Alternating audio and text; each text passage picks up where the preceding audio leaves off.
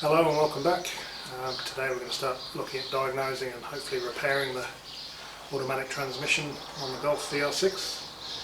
I wasn't driving it when it started to play up. The other half was. She sent me a few text messages that looked a little bit like this.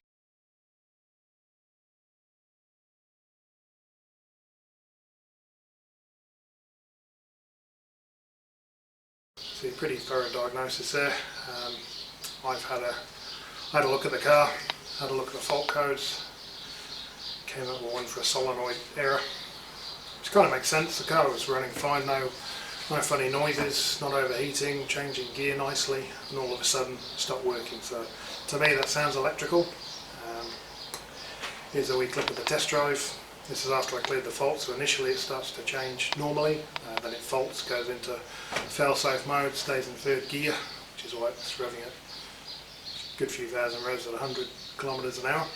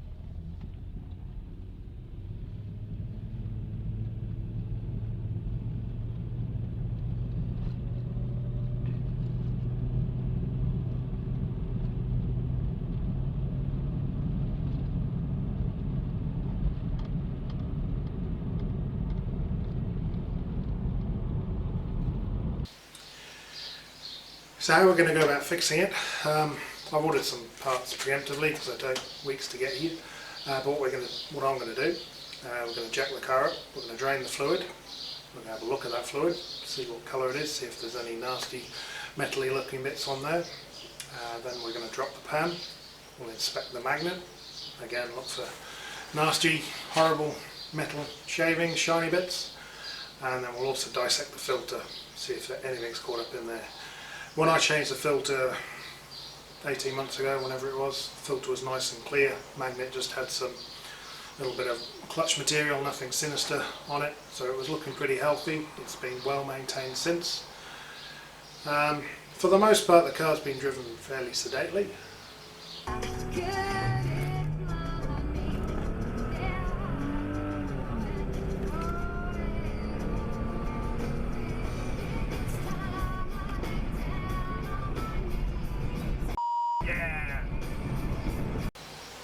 No, but really, it's been driven fairly carefully.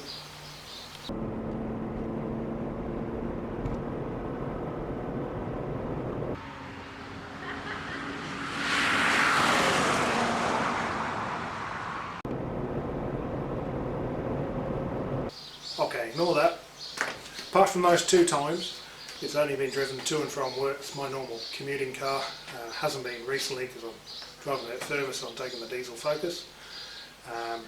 So yeah, let's crack into it.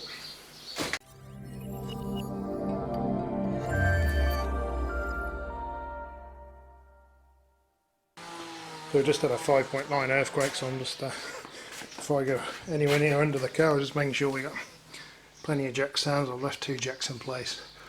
Was a chopped front and back, so we should be sweet.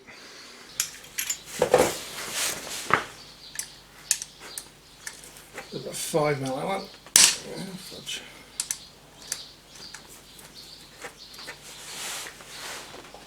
I'll see if we can catch some of the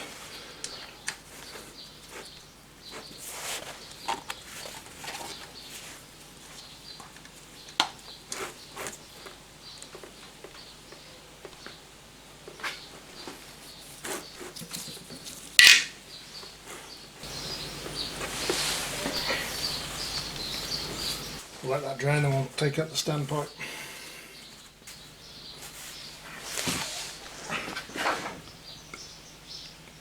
To me that looks pretty clear, doesn't look too nasty.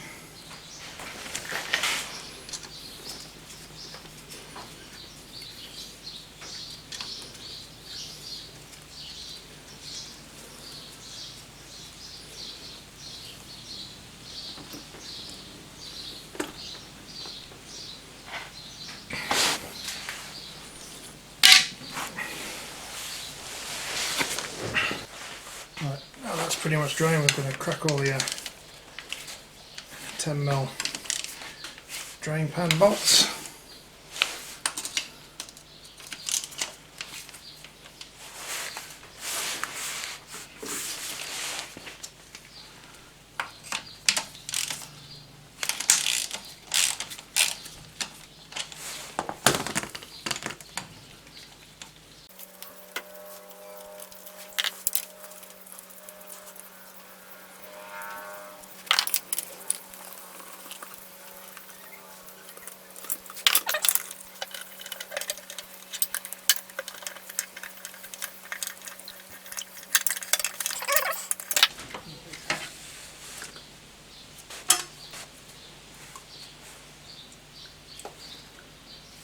Drain all this fluid out.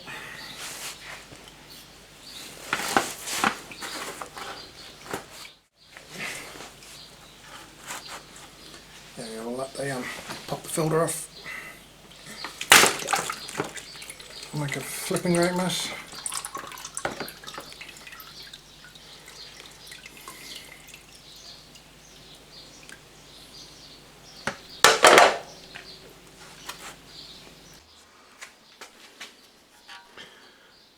If we look at the magnet in the pan, it's actually pretty clean. It's probably hard to see on there because it's dark on dark. But the magnet doesn't look scary, no big chunks or anything, just a normal fine collection of nothing too exciting. So happy with that.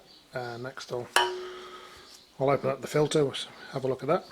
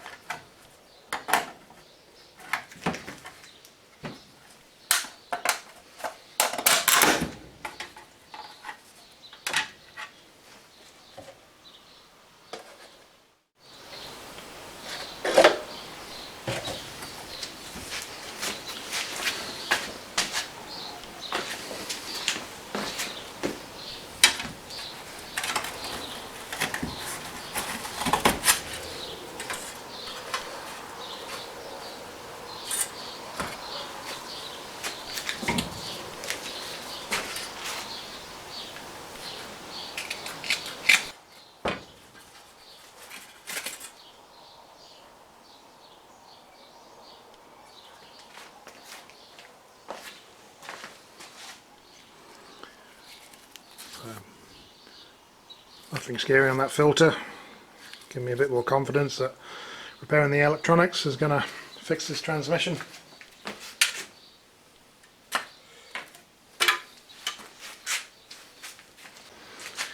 Last thing to look at is the fluid. And again, I don't know how well this will show up, but it still looks red.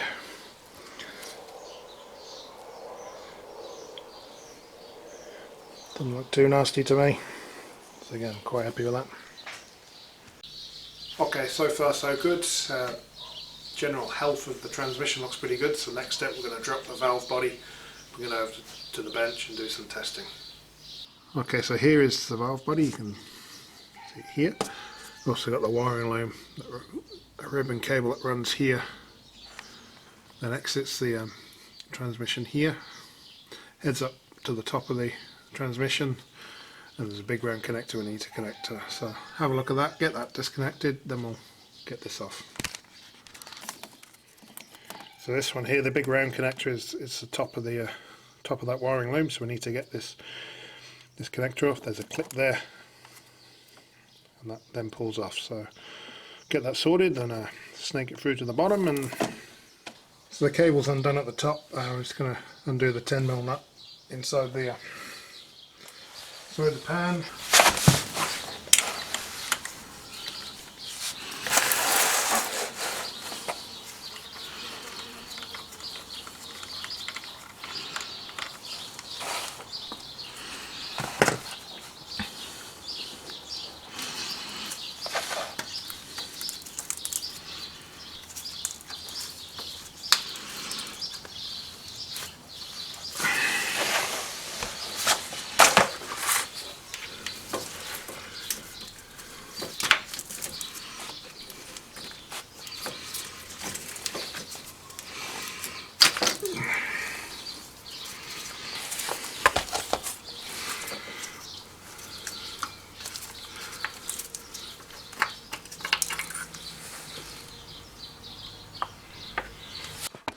Cable's hanging down loose. Next step is to undo all the T30 bolts around the valve body, disconnect the manual valve, whatever that is, haven't seen that yet, and take off the valve body. Okay, so here's the manual valve that's connected to the rest of the transmission. It's got a little metal arm that hooks into a valve there, so apparently you just need to undo a screw, lift the arm out of the way.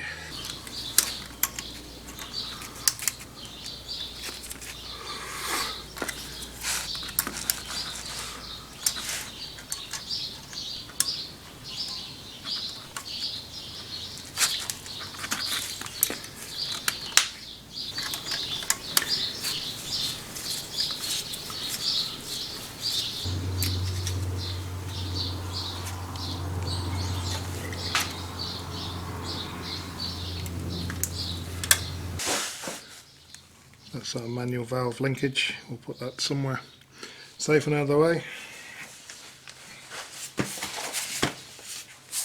Right. Now it should just be all the T30 bolts around the valve body.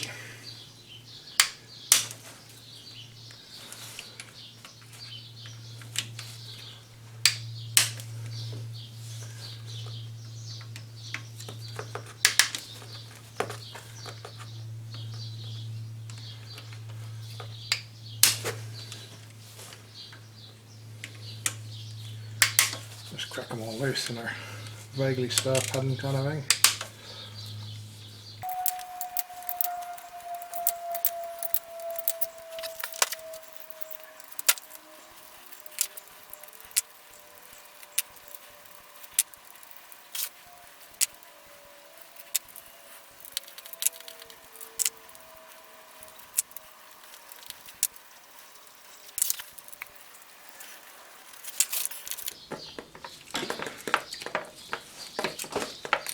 A wee bit more fluid coming out now. Of course, now I'm stuck on the last bolt.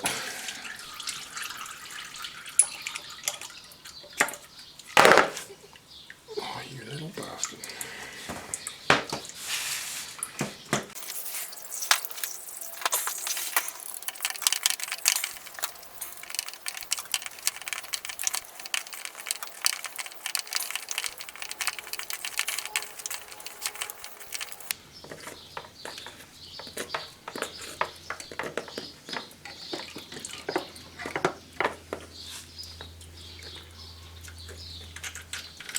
There we go, there's our prize. Let that drain a minute. Right, so here's the valve body. It's off the car on the bench. Feels like we're starting to get into this project pretty deep, as the actress said to the bishop, but that's all good. We've got some technical information. We've got the ATSG technical service guide. I'll put a link in the video here. So first of all, we'll just identify a few components, show you what we think's failed, and do some testing. So on this valve body we've got 1, 2, 3, 4, 5, 6, 7 solenoids. Just run through quickly what they do and which ones we've got problems with. We'll start N89, this first one up here, that's our one with the fault code. This one's energised in second and fourth to apply the B2 brake. If you don't know what that is, I don't really know what that is. I'll put a link to Ericthecarguy's video on automatic transmissions down the bottom. It's a good starting point. Also put a link to another video that a buddy of mine sent me in preparation for this project, so thanks to him. So that's our N89. Next one is the N88. This one feeds the K1 clutch when it's de-energised and feeds the B1 brake when it's energised. Whatever that means. Next one, N92. It comes on during every shift to drop line pressure for smoother shifts. Next one, N90. Controls K3 clutch. This one here, N91. It's a pulse width modulated solenoid, PWM solenoid. Applies a converter clutch and when it's energised, and it's dependent on engine temp, vehicle speed and throttle position. We've got two more down here. We've got this one with a wee resistor, which is that's the transmission fluid temp sensor, this little doohickey here. N94 controls the apply oil to the B2 brake to provide smoother shifts into fourth gear. Also be energised momentarily during the second to third shift. It's all about smoothness. And this one here, N93, is another PWM pulse width modulated solenoid. Controls main line pressure anytime the engine's running. So our fault code relates to this one here. So what we're going to do first, we're going to, in the technical service guide we've also got all the expected resistances of each of the solenoids, so we can see if they're within spec on that front. First of all, we're going to test it through the loom. The loom can be quite prone to breaking. It's a ribbon cable that runs in hot oil, so I don't know what the shelf life or service life of that's going to be. Yeah, so we'll ohm out all of these solenoids, see if we've got any open circuits, see if they're within spec, take it from there. Okay, we'll start by testing resistance through the loom. We'll just go through the order on the sheet. If you've downloaded your pre-reading, you'll be well on top of this. So N88, pins 1 and 3. Should be 55 to 65 ohms. Got 99 ohms. Pin 1 and 4, N89. Our problem one, which is open circuit. Our next one, N90, should be 55 to 65 ohms. We've got 74. Our next one is the N91, should be 4.5 to 5.1 ohms. We've got 16.7. Next one, N92, 55 to 65 ohms again. Got 97. And what's that next one?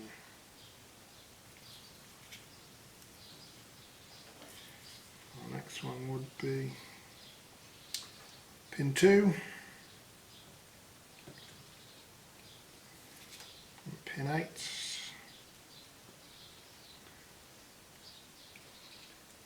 which is the N93 solenoid, 4.5 to 5.1 or 15.6.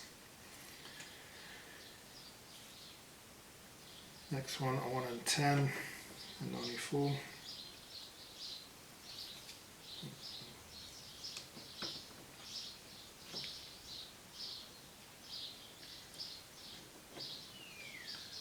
.72 ohms, should be 55 to 65. There we go. So you see that N89 open circuit, that's good, we know we've got a fault there. Wherever the fault's solenoid or in the cable, yet to see. We'll work that out next once we take the cable off. The rest of the solenoids, they all aimed out a little bit high, but that's possibly because there's a bit of resistance in our leads here somehow. That's not the end of the world. We're going to replace all of the solenoids and the ribbon cable just so we know that everything's fresh, and then we shouldn't have any problems there. Okay, next step is to pop the loom off the solenoids. And again, loom gets very fragile, plastic parts of the loom get stuck in the solenoids. There is a special tool which we have here, which can be used to gently pry these up. Still quite a high chance of these breaking, which is one of the reasons why we're going to replace the whole loom. So we'll see how this works, see if we can get these out without breaking anyway.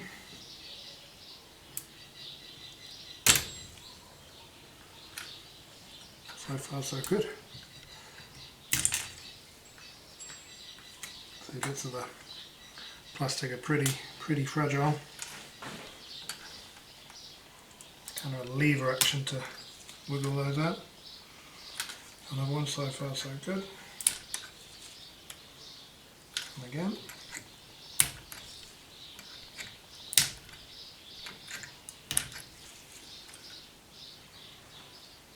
Okay, so I actually managed to take that loom off pretty intact, apart from one small bit of plastic, so that's cool. Alright, then we're going to test the resistance again.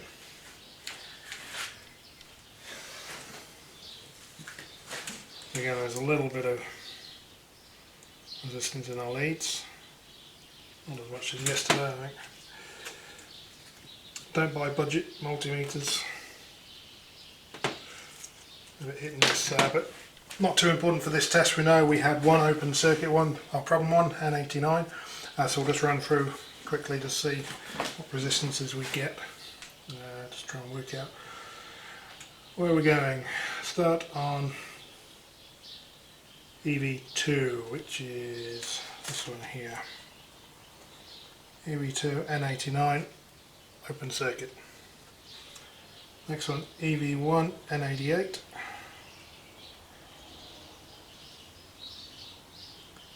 $60 ohms, that's in spec. That should be 55 to 65. Next one, EV5.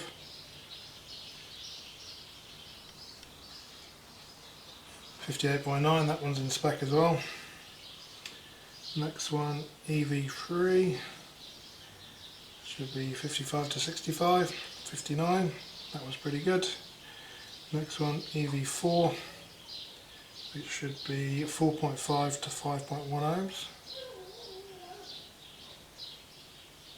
Which is 7 ohms, so that's still over. And two down here, EV7, 7 as Kiwis say, 55 to 65, 59.5. And our last one, which is EV6, 4.5 to 5.1, 7 again, so a little bit high. So yeah, it looks to be a little bit of extra resistance in the loom. Also, a bit of an issue with a dodgy multimeter there, but that's fine. We know that we had open circuit over on this one here, N89. So we know we're repairing a problem. So there we go, that's the end of the diagnostic phase of this, end of part one. We know we've got a faulty solenoid. Part two, we're going to look at repair options, look at what I'm going to do to actually get this fixed. See if we're just going to replace a solenoid or do a bit more work whilst we've got it all in pieces. But we'll save that for part two. Thanks for watching.